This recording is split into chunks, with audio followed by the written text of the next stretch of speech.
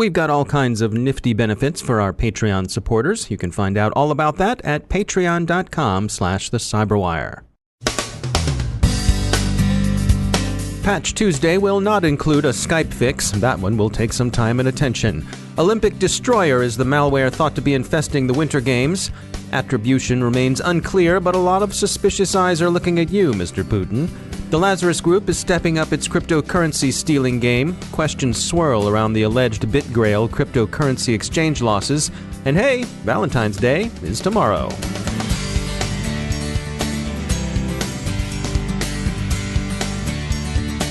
Time to tell you about our sponsor, Recorded Future. If you haven't already done so, take a look at Recorded Future's Cyber Daily. We look at it, the CyberWire staff subscribes and consults it daily. The web is rich with indicators and warnings, but it's nearly impossible to collect them by eyeballing the internet yourself, no matter how many analysts you might have on staff, and we're betting that however many you haven't got enough. Recorded Future does the hard work for you by automatically collecting and organizing the entire web to identify new vulnerabilities and emerging threat indicators. Sign up for the Cyber Daily email to get the top trending technical indicators crossing the web. Cyber news, targeted industries, threat actors, exploited vulnerabilities, malware, suspicious IP addresses, and much more. Subscribe today and stay ahead of the cyber attacks.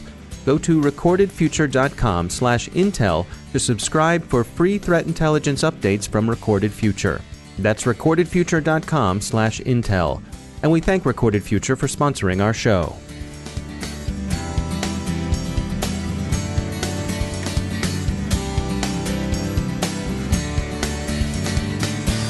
Major funding for the CyberWire podcast is provided by Cylance.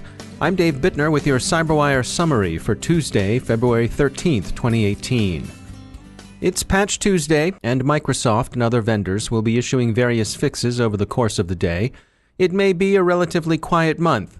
Adobe put a new Flash update out at the end of last week, which may do it for Adobe for a while. Mozilla updated Firefox last week too. Google pushed a Chrome patch out a week ago, so we may see little from them as well. Microsoft is expected to publish its customary Windows update today. One patch users will have to wait for involves Skype, the widely used telecom software. The product, developed by Microsoft subsidiary Skype Technologies, has been discovered to suffer from susceptibility to DLL hijacking that could allow an attacker to gain system-level privileges on victim machines. DLL hijacking involves an attacker gaining the ability to control which dynamic link library, that's the DLL, a program loads, which in turn permits that attacker to insert a malicious DLL into the loading process. Dynamic link libraries are basic components of the Windows operating system that provide applications with essential resources. The problem arises from a flaw in Skype's update installer. Microsoft won't patch this issue immediately. It's not because Redmond is indifferent or regards the vulnerability as minimally important. Rather, it's a tricky problem that will require significant reworking of Skype code. Microsoft intends to fix it in future versions of Skype. The bug could be weaponized, but so far there are no signs that it has been. Exploiting the vulnerability isn't trivial either, and so serious as the issue is, immediate danger, while real, is still relatively improbable. We recently received a report from researchers at Duo Security on a category of devices that aim to increase personal security and whether the cybersecurity on these devices is up to the task. Mark Loveless is a security researcher at Duo, and he explains.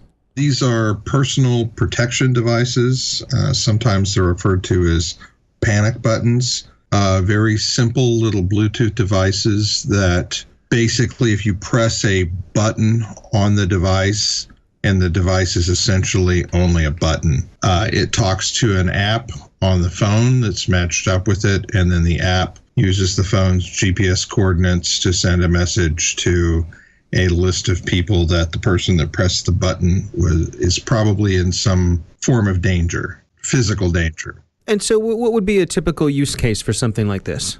The main way these things are marketed are typically toward women who feel at risk. They're afraid of stalkers or some other type of attackers, similar in that nature. Perhaps if they, for whatever reason, decide that they want to go running in a park for exercise or whatnot, and they just feel unsafe there. But they're also increasingly being used by human rights workers in foreign countries, people that are protesting under repressive regimes that also want some method to be able to say, hey, I'm in danger, hey, come get me. So the notion being that rather than pulling your phone out and having to make a phone call, you could, in a very discreet way, just press a button on this device and it'll do that in an automated way. Exactly. And typically what the scenario that they often repeat is that in some cases, getting your phone out, it might actually escalate the situation.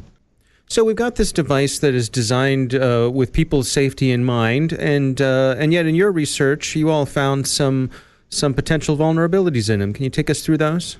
We tested 3 devices. One of them, the Aurora Athena, came through with flying colors. In fact, we were extraordinarily surprised as to how well it was put together. The second one was the Revelar device, and that one was subject to being able to track it via Bluetooth and not only be able to see the device, but determine that it, in fact, was one of these personal protection devices because it gave it up in the name. And then the WearSafe device, it also was subject to tracking, but it also had a vulnerability in its Bluetooth implementation so that a remote attacker could disable the device. And there was no indication, because there's no real light or anything on the device that would indicate whether it's working or not. You just press a button and that's pretty much it. And by doing this Bluetooth attack, you could disable the device and the victim would not know the device was disabled. So you could sit there and press the button thinking that help was coming when help was not. I see. Overall, what's your advice for someone who thinks that this might be the kind of thing that they want to use? If someone's out shopping for this sort of device, do you have any tips for them? Well, first off, I would say you want to go with the one that does not have any vulnerabilities associated with it. I would look for ones that really make an effort to protect your privacy. While the physical disabling via Bluetooth is an issue, you have to be close enough to the person to be able to do that. Same with the tracking, but just to prevent yourself from being tracked, actually, I would, for me, the Aurora Athena was by far the best solution for this. So if anyone spends that much attention to detail and is really trying to protect someone's privacy with a security device, that's going to be what I would look for. That's Mark Loveless from Duo Security. You can find their complete report on these IoT safety devices on their website. The Olympics are now generally regarded as having been the victims of a cyber attack and not a mere glitch. The game's sites were taken out during the opening ceremonies last Friday, and the malware used against official sites of the Pyeongchang Winter Olympics now has a name, Olympic Destroyer. It's also said by Cisco's Talos research unit to share some code with NotPetya and Bad Rabbit, pseudo-ransomware strains famously used last year. The malware was apparently used with disruptive rather than financially motivated intent, which argues a political or ideological motive. How the malware got into systems it infected is unclear, but Talos did note that the software contained would appear to be hard-coded credentials based on Pyeongchang2018.com, the official domain for the Winter Games. While Talos hasn't been able to confirm those passwords' validity, the coding suggests the possibility that the attackers have some kind of advanced access to Olympic systems. The 2 usual suspects are Russia and North Korea, with more of the circumstantial evidence and motive and opportunity pointing toward Russia. Russia's Ministry of Foreign Affairs is on the counter-messaging warpath, denouncing rumors of that country's involvement as nothing more than a CIA and NSA operation concocted with firms like ESET, ThreatConnect, and Trend Micro. Bratislava-based ESET is particularly mentioned in dispatches, and a Slavic-American plot against Russia would at least have the virtue of novelty. But ESET understandably and believably denies that any such thing is up, characterizing the charges as propagandistic hooey and misdirection.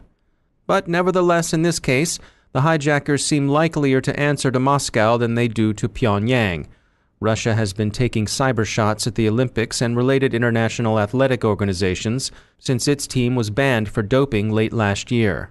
Besides, North Korea has played an unusually strong propagandistic hand these last couple of weeks.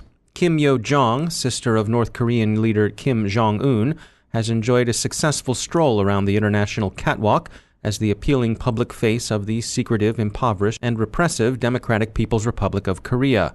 Her appearance has amounted to an information ops coup, as she's been the subject of positive coverage reminiscent of the flattering treatment Syrian First Lady Asma al-Assad, also the glamorous and fashionable face of a pariah state dedicated to the pursuit of weapons of mass destruction, received in fawning profiles by Vogue and other outlets a few years ago.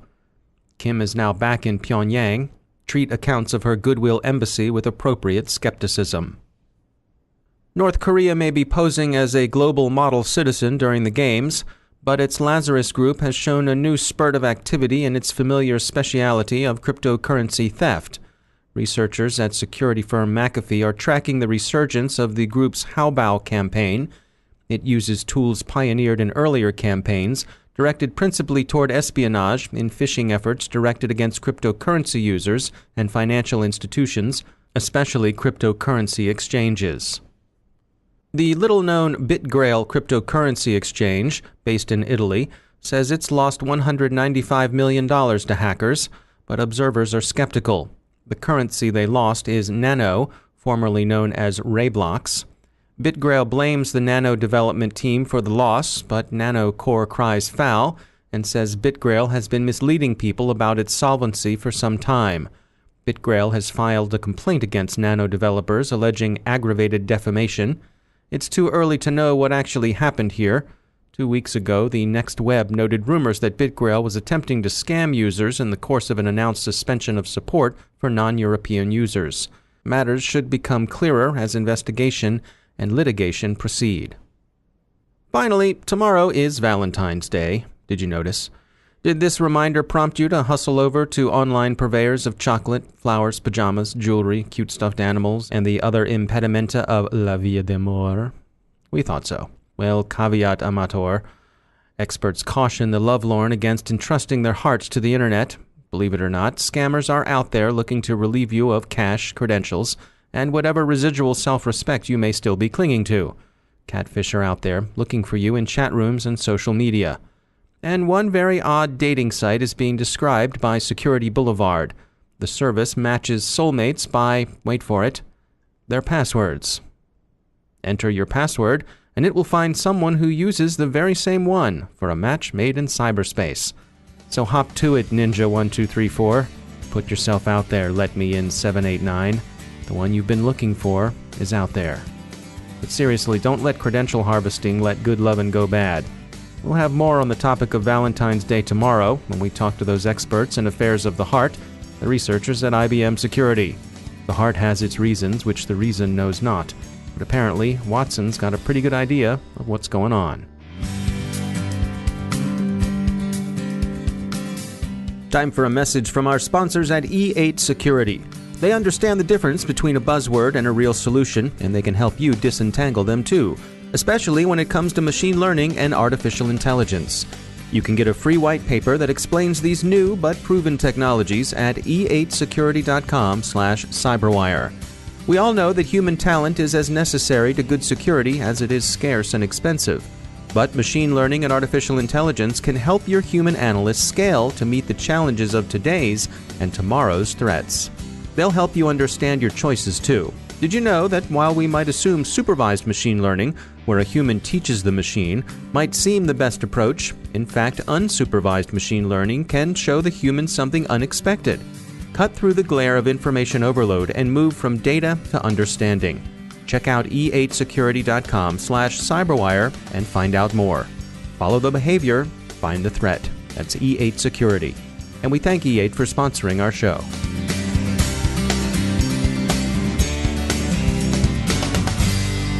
And joining me once again is David Dufour. He's the Senior Director of Engineering and Cybersecurity at Webroot. David, welcome back. One thing we saw in 2017 was an increase of attacks on the Mac. And Apple also had a handful of, I call them high-profile software issues that affected security. Are we having a problem here with the Mac? Is the Mac more vulnerable than it used to be? Well, I would say it's probably not more vulnerable than it used to be. I always like to say, why do people attack Windows machines? It's like, why do bank robbers rob banks? Because that's where the money is. So I guess my point in saying that is there have been vulnerabilities in the Mac environment, but they've just not been heavily used or heavily attacked because it's easier to attack other types of machines out there. So they're there, but it's just not as readily available. It's a little more challenging, and just like the rest of us, cyber criminals can be lazy. So is it that combination that there may be more vulnerabilities on the Windows side, but also there are just so many more installations? One man's opinion, there are more installations.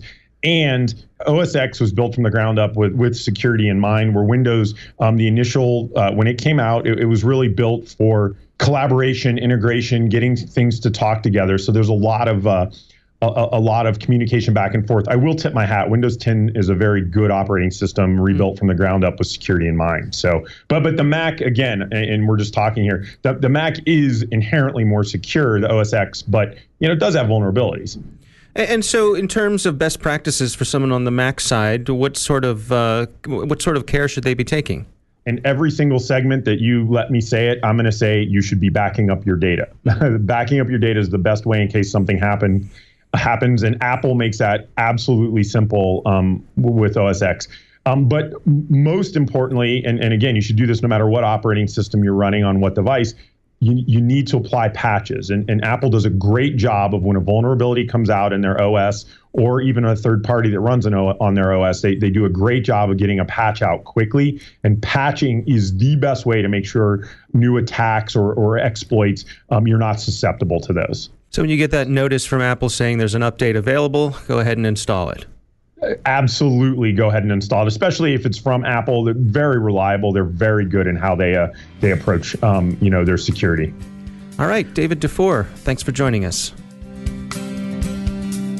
And that's the Cyberwire. Thanks to all of our sponsors for making the Cyberwire possible, especially to our sustaining sponsor, Cylance. To find out how Cylance can help protect you through the use of artificial intelligence, visit Cylance.com. And thanks to our supporting sponsor, E8 Security. Follow the behavior, find the threat. Visit e8security.com to learn more. The Cyberwire podcast is proudly produced in Maryland out of the startup studios of Data Tribe, where they're co-building the next generation of cybersecurity teams and technology. Our show is produced by Pratt Street Media with editor John Petrick, social media editor Jennifer Iben, technical editor Chris Russell, executive editor Peter Kilpie, and I'm Dave Bittner. Thanks for listening.